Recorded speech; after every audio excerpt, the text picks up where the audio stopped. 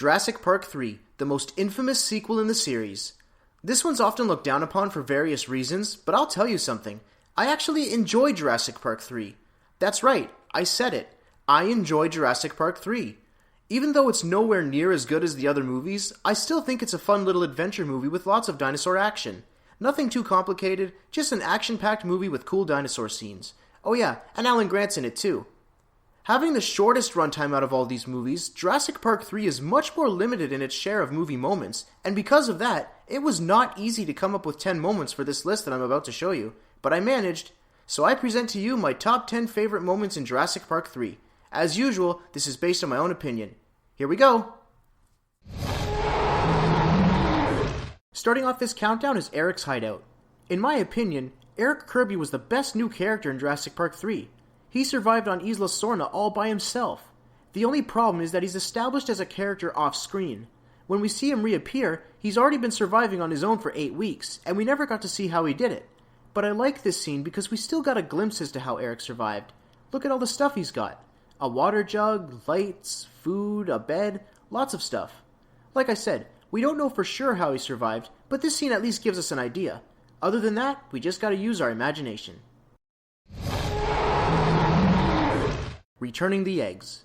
In the first 2 movies, the raptors were depicted as vicious killers, but in Jurassic Park 3, they were depicted more as nurturing parents. In this scene, we got to see pack behavior and hierarchy. For instance, the pack was led by a matriarch that held command over her packmates. We also got to see flawless teamwork in action.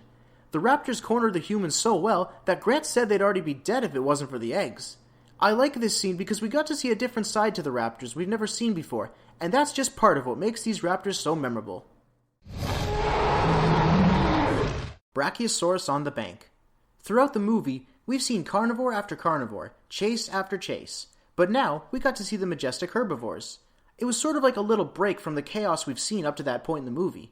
The Jurassic Park theme playing in the background helped make this scene peaceful, and in a way, kind of nostalgic, and I think that's what I like best about this scene. It was sort of like a throwback to the first Jurassic Park movie, showing us the marvelous world of dinosaurs and all its wonders. Crash landing. I like this scene because it introduced us to the biggest star of the movie, the Spinosaurus. When it roared and Grant said it sounds bigger, we were in for a surprise. It's coming. But then Cooper came running out of the jungle. Where'd the Spinosaurus go? Then it just came out of nowhere and chomped on him. Whoa! This is a pretty quick scene, so there's not a lot to talk about, but to me, it was a great dino debut and it really made an impact. A broken reunion. This scene is often subjected to criticism, but I still enjoy it. After all, we got to see the Spinosaurus again, and you can't go wrong with that. We got a fun little chase scene, but what happened next is what I enjoy most about this scene. The Spinosaurus crashes through the fence. I remember my jaw dropping the first time I saw this. I never expected that to happen. It wasn't like in Jurassic Park where the T-Rex just pulled on the wires to get free. No, the Spinosaurus rammed through a wall of wire rope and metal bars. Yet another awesome scene with the star of Jurassic Park 3. T-Rex vs. Spinosaurus. When I learned that the T-Rex and Spinosaurus would fight after seeing the trailers way back when, I was ecstatic. The world-famous T-Rex would take on a newer and bigger dinosaur in an exciting battle. I wanted to see that scene more than anything else the entire movie could offer. It was almost like a pay-per-view fight that you just had to see. I even went as far as putting a bet on this fight. Check out my Jurassic Park Stories video for the full story. I'll put the link in the description below. When the fight started, they didn't waste any time. The T-Rex had a good offense at first, but the Spinosaurus turned it around very quickly. Literally, because it broke the T-Rex's neck. The Spinosaurus actually killed a T-Rex. This scene was the movie's way of saying that there was a new dinosaur in town, and it was here to stay. In retrospect, it sucks that the T-Rex lost and the fight was pretty short, but in a certain way, I wouldn't have it any other way. There have been plenty of debates, discussions, and videos on this fight, and regardless of what side you're on, at the end of the day, it got the Jurassic Park fandom talking. And if the rumors are true about the Spinosaurus being a super hybrid, it kind of eases the tension about the fight's end result. Everything we've seen about this scene over the years is all because of these two titans clashing in this infamous fight. Persistent Beast. Yet another scene featuring the Spinosaurus. We were introduced to this scene by watching the fin come up from underwater, which was a clever touch. It's nice that the filmmakers sort of embraced the aquatic nature of the Spinosaurus, even if it was only for this scene. Watching it try to fish for the humans really made this dinosaur look like it was adept to the water, as it was millions of years ago. But what I enjoy the most about this scene is the use of the animatronic Spinosaurus. As I've mentioned in another video, I think animatronics help create a better sense of interaction.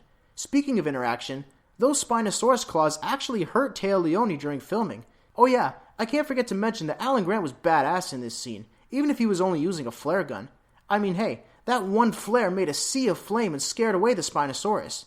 Overall, it was incredible watching the Spinosaurus destroy the boat and shake the crane, but it comes short when compared to what it did in another scene, which I'll talk about shortly. Still, this was a nice climactic scene with plenty of dinosaur action. Spinosaurus attack.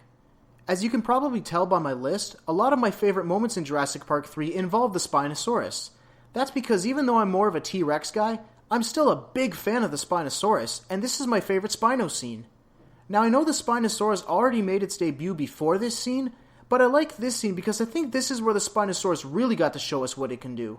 Sure, we got to see the T-Rex demolish a car in the first movie, but here, the Spinosaurus was able to demolish a plane. It ripped off the cockpit with its bare hands, broke through the cabin with its snout, and then crushed it with one foot. What power! This was power unlike anything we've ever seen before. This scene was a great way to feature the newest dinosaur as an awesome force of destruction. Raptor ambush.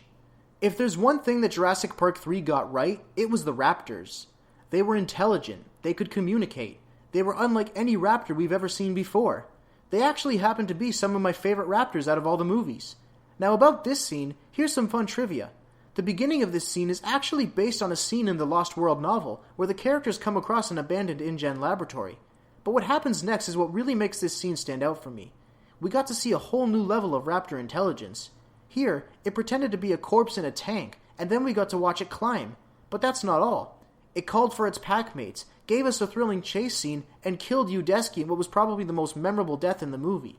Then for the final touch, they set a trap. These raptors went all out. I consider all of these sub-scenes to be part of the same scene, since there wasn't really a break in between, just one big scene. Overall, this was a very fun and enjoyable scene to watch. The birdcage.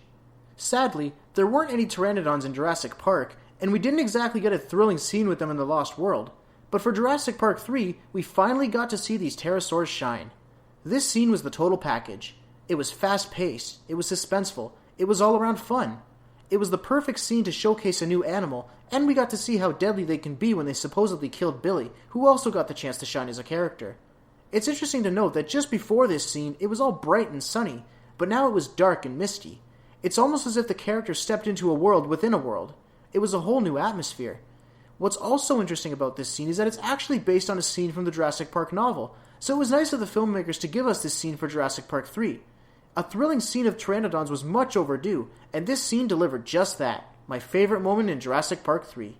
Now just before I wrap up for today, I'd like to tell you about DinosaurDetector.com, where you can find all kinds of dinosaur merchandise, such as figures, toys, t-shirts, and the aptly named Dinosaur Detector mug. Watch out for ripples! There's something here for any dinosaur lover, and for a limited time, if you go to the website and use the code PRUCHIK, you'll get 10% off your purchase. Every little bit helps. Check it out. This has been another video by Jeremy James Pruchik. What are your favorite moments in Jurassic Park 3? Talk about it in the comments. Thank you for watching. I'd really appreciate it if you could subscribe to me and check out my other videos too. I promise to bring you lots of content. See you next time.